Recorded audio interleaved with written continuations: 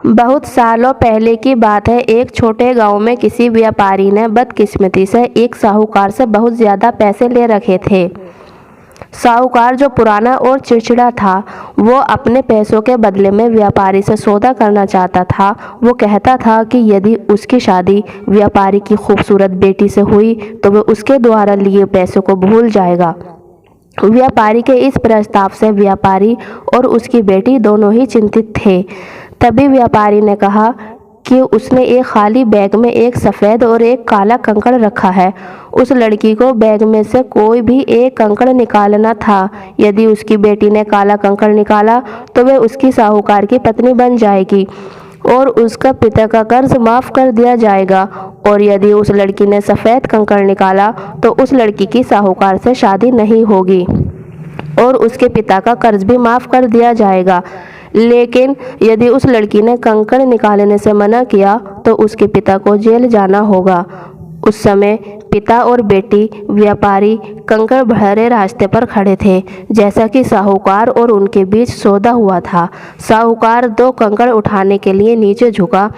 जैसे ही साहूकार ने 2 कंकड़ उठाए, उस लड़की की तीखी नज़रों को दिख गया कि साहूकार ने दोनों ही काले कंकड़ उठाए और उन्हें बैग में डाला।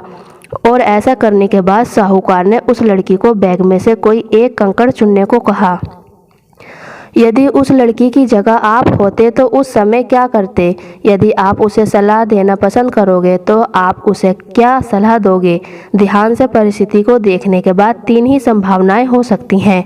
लड़की कंकड़ चुनने से इनकार कर दे, लड़की ये बता दे कि साहूकार ने बैग में दोनों ही काले कंकड़ डाले हैं और साहूकार को धोखेबाज साबित करे। लड़की उस बैग में से काले कंकड़ को चुने और अपने पिता को बचाने के लिए खुद को उस साहूकार के हवाले कर दे, ताकि उसके पिता का कर्ज भी माफ़ हो और उन्हें सज़ा भी ना मिले। ये कहानी इस इरादे से कही गई है कि हम पश्चिमी पर तार्किक सोच के बीच के अंतर को जान सकें। उस लड़की ने बैग में हाथ डाला और कंकड़ बाहर निकाले।